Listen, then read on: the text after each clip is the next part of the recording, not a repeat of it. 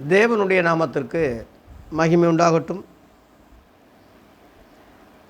புதிய ஏற்பாடு ஊழியர் ஐக்கியம் என்ற அந்த அமைப்பிலிருந்து உங்களோடு கூட பேசுகிறேன். தேவ பிள்ளைகளே, இன்றைய ஒரு வாக்கு, ஒரு தலைப்பு, இன்னைக்கு ஒரு செய்தி என்னவென்றால், நிக்கோலாய் மதம். இதை குறித்து ஒரு விழிப்புணர்வு. நிக்கோலாய் மதத்தை பற்றி உங்களுக்கு பேச போகிறேன். பெரும்பாலான மக்களுக்கு இதை பற்றி தெரியாது, புரியாது, கேட்டதும் இல்லை. ஒரு சிலருக்கு அருந்தலாக தெரியும், ஆனாலும் சரியான புரிதல் அதில் இல்லை.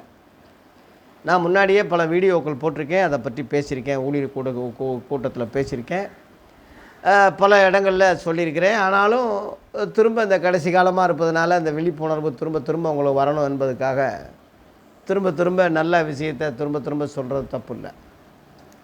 இந்த நிக்கோலாயின்னு சொல்கிறது ஆதி அப்போஸ்தல காலத்தில்,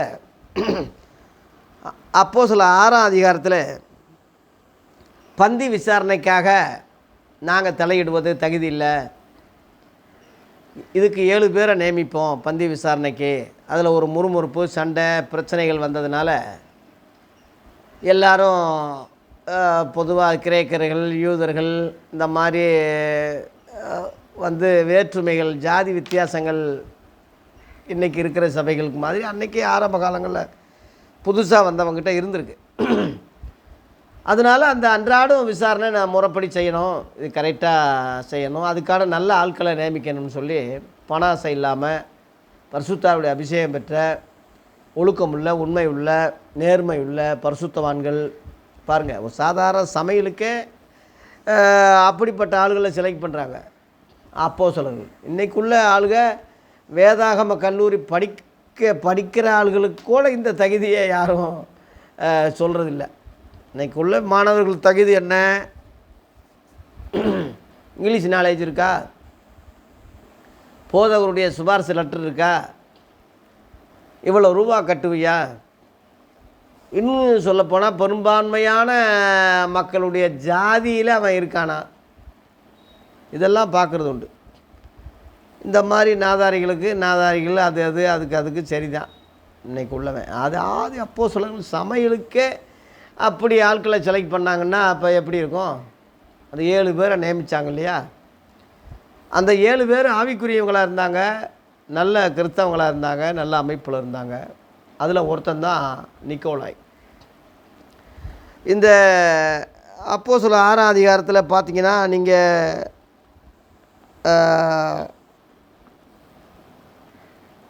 5ஆம் வசனம், அதில் கீழே பார்த்தீங்கன்னா, அந்தியோகியா பட்டணத்தானாகிய நிக்கோலாயும் தெரிந்து கொண்டு அப்படின்றது.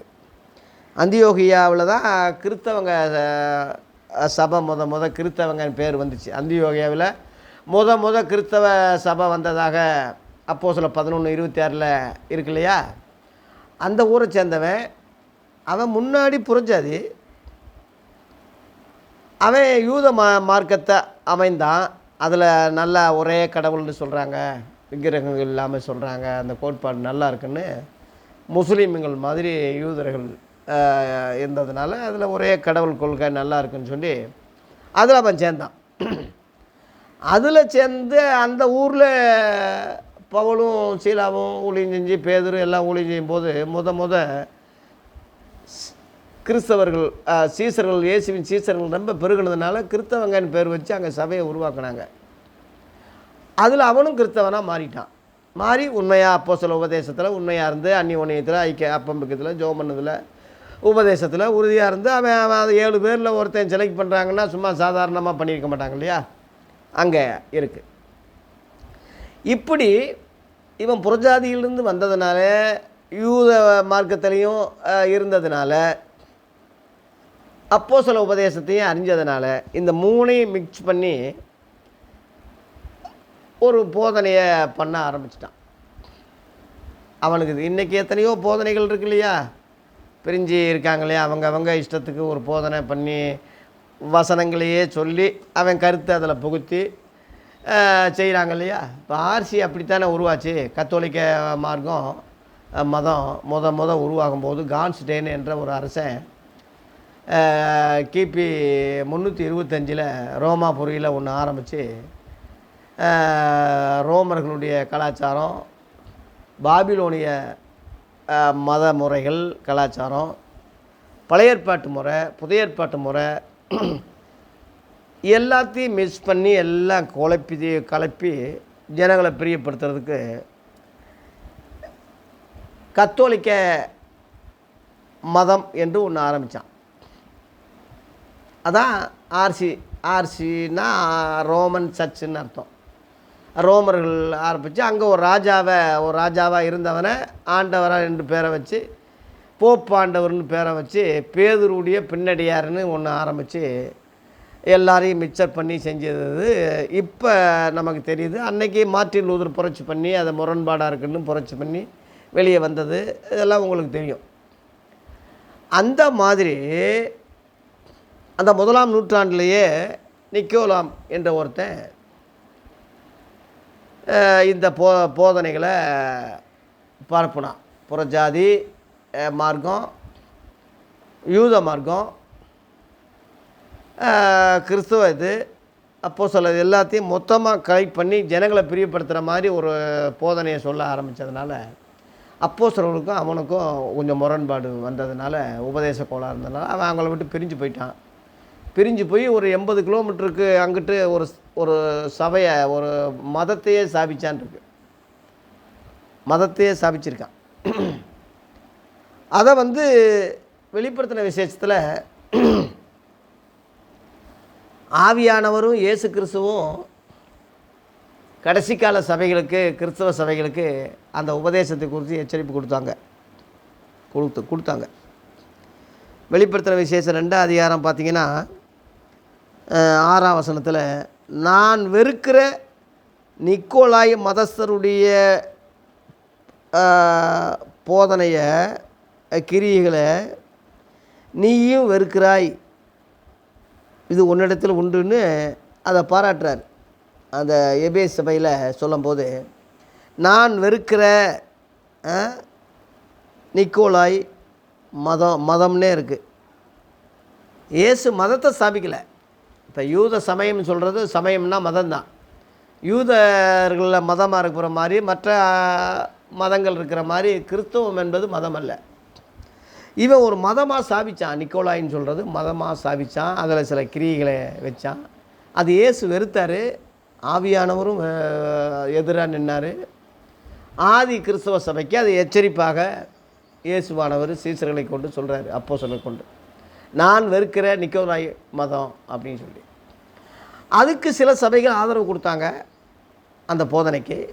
அதை இயேசு எதுக்குறாரு, அந்த ஆதரவு கொடுத்தவங்களும் எதுக்குறாரு. நீங்கள் அதிலே பாருங்கள்,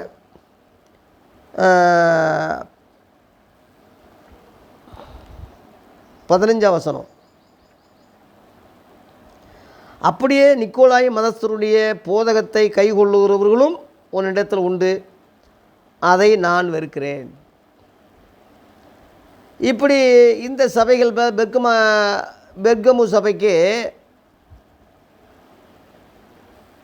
சொல்லும்போது நிக்கோலாய் மதத்தினுடைய போதனையை கை கொள்ளக்கூடிய அளவில் ஒரு கூட்டம் அங்கே அந்த சபையில், கிறிஸ்தவ சபையில் இருக்குது, அங்கே பரவி இருக்குது. அதை நான் வெறுக்கிறேன். ஊழியக்காரன் நீயும் இடம் கொடுத்துக்கிட்டு இருக்க, பீலையாம் பழைய ஏற்பாட்டில் போதனை செய்ததை இஸ்ரேல் ஜனங்க எப்படி கேட்டு நாசமாக போனாங்களோ அது மாதிரி இப்போ நீ அந்த போதனையை உள்ளே விட்டுக்கிட்டு இருக்க, அலோவ் பண்ணிக்கிட்டு இருக்க. மனம் திரும்பு, இல்லாவிட்டால் சீக்கிரமாக நீ மனம் திரும்பாத பட்சத்தில் என் பட்டயத்தை உனக்கு அனுப்பி உன்னைய நிர்மூலம் பண்ணிடுவேன்னு எச்சரிக்கிறார் 16. அந்த மாதிரி இன்றைக்கி அந்நிய போதனைகள் வெளிநாட்டிலிருந்து இறக்கி விடப்பட்டு ஒரு பணத்தை கொடுத்தா ஒரு செழிப்பு உபதேசம் உண்டாக்கி அனுப்புகிறது. அப்போ மதுரையில் கூட ஹாரிஸ்ன்னு ஒரு பாஸ்டர் மாரநாதா சபையில் இருந்தார். எனக்கு நல்லா தெரிஞ்சவர் தான். என்னுடைய வெளிப்படுத்தின விசேஷமெல்லாம் அவருக்கு கொடுத்துருக்கேன். நான் சாத்தூரில் சிஎஸ்ஐ போதகராக இருக்கும்போது இங்கேருந்து புல்லட்டில் வருவார். அங்கே ஒரு விசுவாசி இவர் சபைக்கு தான் வரணுமா, அவர் எங்கேயும் போகக்கூடாது, எந்த தூரம் எவ்வளோ தூரம் இருந்தாலும் இவங்க சபைக்கு தான் வரணுமா, மாறனாதாவில் அப்படி ஒரு போதனையை பண்ணிக்கிட்டு இருந்தார். கடைசியில் எவனோ வெளிநாட்டு தொடர்பு கிடச்சி ஏதோ நிறையா பணம் வந்திருக்கு, நிறையா பணக்காரனாக்கிறேன்னு செழிப்பு உபதேசம்னு சொல்லி ஒன்று ஆரம்பித்து அங்கேருந்து ஜனங்கள் எல்லாம் பிரிச்சுட்டு போய் மாடக்குளத்தில், மதுரை மாடக்குளத்தில் ஒரு சபையை ஆரம்பித்து அங்கே வந்து செழிப்பு உபதேசம்னு சொல்லி அந்த போதவர் ஜனங்கள் எல்லாம் கொண்டு போய் ஒன்று ஆரம்பித்தார். சென்னையில் உள்ள செல்லத்துறை, செல்லத்துறை அவருக்கு கையாள். அதே போதனையை அவர் சொல்லி கொடுத்தாரா இல்லை இவர் போய் கற்றுக்கிட்டாரா என்னன்னு தெரியல. 2 பேரும் அண்ணன் தம்பி மாதிரி தான். அங்கே உள்ள போதனை இங்கே இருக்கும், இங்கே உள்ள போதனை அங்கே இருக்கும். 2 பேரும் கூட்டாளியாகி செழிப்பு உபதேசத்தை சொல்ல ஆரம்பிச்சிட்டாங்க. அதுதான் சபைகளில் பிரிஞ்சு சபையை பிரிக்கிறது வைக்கிறது எல்லாம் அதுதான். ஆதி அப்போஸ்தலர் சத்தியங்க, உபதேசங்க, அங்கே உள்ள தியாகமங்க, அங்கே உள்ள சிலுவை எடுத்து என்னை பின்பற்றுங்கன்னு சொல்கிற விதம் என்னங்க, இவன் சொல்கிற காரியம் என்ன, உலக ஆசீர்வாதம் தான் மெயின்னு சொல்ல ஆரம்பிச்சிட்டான். ஜனங்கள் அதில் வஞ்சிக்கப்பட்டு நிறையா பேர் போகிறாங்க. அந்த மாதிரி இந்த நிக்கோலாய் மதமும் போதனையும் பிரிவினைகளும் கிரிகைகளும் அப்படி தான் இருந்தது. அன்னைக்கு இயேசு எச்சரித்தார், ஆவியானவரும் அதை ஆமோதித்தார், அப்போஸ்தலர்கள் அதை எழுதினாங்க. இன்றைக்கு உள்ள காலத்தில் அது வேறு விதமாக இருக்கலாம். லண்டன் மிஷன் சொல்கிறான், America mission, England mission, Germany சபை, இப்படி கிறிஸ்தவ சபைன்னு இன்றைக்கி எவன் சொல்கிறா? நாங்கள் பெந்தேகோசுக்காரன், அப்போ கிறிஸ்தவன் கிடையாதா? நான் பெந்தேகோசுக்காரன். பெந்தேகோசுக்காரன்னு எங்கே இருக்குது? பெந்தேகோஸ் சபைன்னு பைபிளில் இருக்கா? இருக்கா? லுத்ரன் சபைன்னு இருக்கா? சிஎஸ்எஸ் சபைன்னு இருக்கா? செவன்த் டே சபைன்னு பைபிளில் இருக்கா? மாரநாதா சபைன்னு இருக்கா? ஏஜி சபைன்னு பைபிளில் இருக்கா? யானையை தடவி பார்த்த கூட மாதிரி ஒவ்வொன்றும் அங்கங்கே பிடிச்சிக்கிட்டு அங்கங்கே இது பண்ணிக்கிட்டு எல்லாம் சேர்ந்தது தானே உபதேசம், சபை, சத்தியம். ஒவ்வொன்றா பிடிங்கிக்கிட்டு அவன் ஆளுக்கு ஒன்று எடுத்துக்கிட்டால் அது என்னது, ஒரு இந்தியா வரைபடம் இருக்குது, முழு படம், அதை கிழிச்சிக்கிட்டு ஆளுக்கு ஒரு பக்கம் இதுதான் இந்தியா, இதுதான் இந்தியா, இதுதான் இந்தியான்னா அது எப்படி இந்தியா ஆகுமா? எல்லாம் சேர்ந்தது தானே இந்தியா. எல்லாத்தையும் கொண்டு வாங்கடா, மொத்தமாக வைங்க. இதில் உள்ளது நீ நம்பு, அதில் உள்ளது அவன் நம்பட்டும், அதில் உள்ளது மொத்தமாக நீ நம்பு, அவன் சொல்கிறத நீ ஏற்றுக்க, மொத்தமாக உள்ளது தான்ப்பா இந்தியா. அப்போ கிறிஸ்துவின் சபை என்பது ரட்சிக்கப்பட்டவங்க தான் சபை. நீங்களே கிறிஸ்துவின் சரீரமாயும் தனித்தனி அவைங்களுமாயும் இருக்கீங்கன்னு 1 கொரிந்தியர் 12:27 இருக்குது. அவங்கெல்லாம் சேர்ந்தது தானே கிறிஸ்தவ தேவனுடைய சபைன்னு என்னப்படுது. அது தலை வந்து இயேசு, தலைன்னா தலைவர், அவர் தான் தலைவர். இன்றைக்குள்ள சபைகளுக்கு அவன் பிச்சுக்கிட்டு நான் தலைவர், நான் தலைவர், பவுண்டர், நான் தலைவர், ஏகப்பட்ட தலைவர்கள் வந்துட்டாங்களே. அப்போ கிறிஸ்துவின் சபை ஆகாதுல்ல. தலையோடு ஒட்டியிருந்தால் தான் சரீரத்துக்கு மரியாதை. தலைக்கு தான் ஹெல்மெட் போட சொல்கிறாங்க, தலை தான் முக்கியம். தலை இல்லாட்டா முண்டத்துக்கு மரியாதை கிடையாது. தலை வந்தால் இயேசு. அப்போ இயேசுவை தலைவராக்கக்கூடிய சபைகள் தான் சரியான ஒரு புரிதல் உள்ள, சரியான ஒரு முகவரி உள்ள, சரியான ஒரு வழியில் கிறிஸ்துவின் சபை என்று சொல்லலாமே தவிர, இவங்க எல்லாம் கிறிஸ்துவ விட்டுட்டு செவன்த் டே சபை, சிஎஸ்எஸ் சபை, பெந்தேகோஸ் சபைன்னா கிறிஸ்துவ பேரே வரலையே. கிறிஸ்துவ சபைன்னு சொல்லி எவன் சொல்கிறான்? கிறிஸ்துவின் சபையார் உங்களை வாழ்த்துக்கிறாருன்னு ஆதியில் உள்ள அந்த வீடுகள் தோறும் ஜெபிச்ச அந்த சபை வந்து அப்படி சொன்னாங்க, ரோமர் 16:16. இன்றைக்கி எவன் சொல்கிறாத, யார் சொல்கிறாங்க? அதனால் ஆவிக்குரியது தான் சபையை தவிர கட்டடமோ மதலோ ட்ரஸ்ட்டோ அதுக்கு ஒரு ஃபவுண்டரோ அதுக்கு ஒரு தலைவரோ பூமியில் கிடையாது. இவன் ஏற்படுத்தின சபைகளுக்கு இவன் தலைவராக இருக்கலாம், ஃபவுண்டராக இருக்கலாம், பிஷப்பாக இருக்கலாம். அது பரலோக சபை கிடையாது. அது பரலோகம் ஏற்றுக்கிறாரு. பரலோகத்தில் இயேசு தான் தலைவர், ரட்சிக்கப்பட்டவங்க தான் சபை. அந்த சபையத்தில் தான் வந்து நம்ம சேர்ந்துருக்குறோம் என்று எபிரேயர் 12:23 இருக்குது. அங்கே தான் வந்து சேரப்போகிறோம். அதுதான் ஹெட் ஆஃபீஸு, தலைவர் இயேசு. அவரால் நியமிக்கப்பட்ட ஆதி அப்போஸ்தலர் தான் நம்ம கோல் மாடல் வழிகாட்டிகள். அதனால் இன்றைக்குள்ள போதனைகளை ஏறக்குறைய 30,000 போதனைகள் இருக்கிறதாக ஒருவர் சொல்கிறார் ஆய்வு பண்ணி, உலகத்தில் கிறிஸ்தவத்தில் 30,000 போதனைகள் இருக்கான். நிக்கோலாயின்னு சொல்கிறது ஒன்று தான், இந்த உதாரணம் சொல்கிறேன். இது மாதிரி 30,000 இருந்தால் எப்படி விளங்கும்? அதனால் அப்போஸ்தல போதனைக்கு வாங்க. அப்போஸ்தலர் 2:42 அப்போஸ்தல உபதேசம் போதனை. இயேசு கிறிஸ்து கடைசியில் கட்டளையிட்டது அதான், நான் உங்களுக்கு கட்டளையிட்ட யாவையும் கை கொள்ளும்படி அவர்களுக்கு உபதேசம் பண்ணுங்க. இதோ உலகத்தின் முடிவு வரையும் சகல நாட்களில் அவங்களுடனே கூட இருக்கேன்னு சொன்னார். அவர் முதல் அப்போஸ்தலர், அவர் உபதேசம் ரெண்டையும் சேர்க்கும்போது அப்போஸ்தலர் உபதேசம். அவர் கட்டளை, ஆர்டர், சும்மா விளையாட்டாக சொல்லலாம், ஆர்டர். இன்றைக்கி உள்ளவன் அன்னைக்கு யூதர்களை வஞ்சார். மத்தேயு 15:9 மனசுடைய கற்பனைகளை உபதேசங்களாக போதிக்கிறீங்க, வீணாக எனக்கு ஆராதனை செய்கிறீங்க, உங்கள் பாரம்பரியத்தினால தேவனுடைய கற்பனையை அவமாக்கி வர்றீங்கன்னு அது 6 சொல்கிறாரு. அதே தான் இன்றைக்கி பழைய ஏற்பாட்டையே பேசுகிறான், அந்நிய போதனைகளே பண்ணுறான், வித்தியாசமாகவே ஆராதனை பண்ணுறான். அவன் கூட தலைவர், கடைசியில் அந்த தலைவர் செத்துருவார், அப்புறம் மகன் தலைவராக வருவான், பிஷப்புன்னு செத்துருவார். இப்போ போப்பு சாக போன பிரான்சிஸு இப்போ இன்றைக்கி அவரை காப்பாற்றின டாக்டர்களுக்கெல்லாம் நன்றி சொல்கிறார். இப்போ கடவுள் காப்பாற்றினேன்னு அவன் சொல்லலை, நீங்கள் தான் என்னை உயிர் கொடுத்தீங்க, உங்களுக்கு நன்றின்னு சொல்கிறான். கர்த்தருக்கு ஸ்தோத்திரம்னு சொல்லலை, கர்த்தர் என்னை காப்பாற்றினாருன்னு சொல்லலை. ஏன்னா கர்த்தரே உங்களுக்கு கிடையாது. கர்த்தர் பேரால் ஒரு மதம், ஒரு கலாச்சாரம், ஒரு பாரம்பரியம், ஒரு விக்கிர ஆராதனை, இதுதான். இப்படி நாசமாக போனதான் நம்ம உலகம். இந்தியா பொல்லாங்கனுக்குள்ளே கிடக்கு. 1 யோவான் 5:19 உலகம் பொல்லாங்கனுக்குள்ளே கிடக்கு. இந்த சுவிசேஷத்தை அறியாதபடி 2 கொரிந்தியர் 4:4 பிரபஞ்சத்தின் தேவனாகி பிசாசானவன் இந்த நான் சொல்கிற சுவிசேஷத்தை அறியாதபடி மனக்கணக்கில் குருடாக்கிட்டான் இருக்கு. எங்கள் சுவிசேஷம் மறைபொருளாக இருந்தால் கெட்டு போகிறவனுக்கு தாண்டா மறைபொருளாக இருக்கும்னு அதுலேயே 3ஆம் வசனத்தை சொல்லியிருக்காங்க. சிலுவையை பற்றின உபதேசம் கெட்டு போகிறவனுக்கு பைத்தியமாக இருக்குது. அதனால் நிருபங்கள் பக்கம் திரும்புங்க, 1ஆம் நூற்றாண்டு சபைக்கு வாங்க, ஆதி அப்போஸ்தலர்களை பின்பற்றுங்க, இயேசுவை தலைவராக்குங்க, பரலோகத்தை தலைமையிடமாக்குங்க. நாம் எல்லாம் சகோதரர்களாக இருந்து இதை நிறைவேற்றுவோம். புதிய ஏற்பாடு ஊழியர் ஐக்கியத்தினுடைய தத்துவம் அதுதான். நான் அதில் ஒரு உறுப்பினராக இருக்கேன். தலைவர்லாம் யாரும் கிடையாது. தலைவர் இயேசு, தலைமையிடம் பரலோகம்.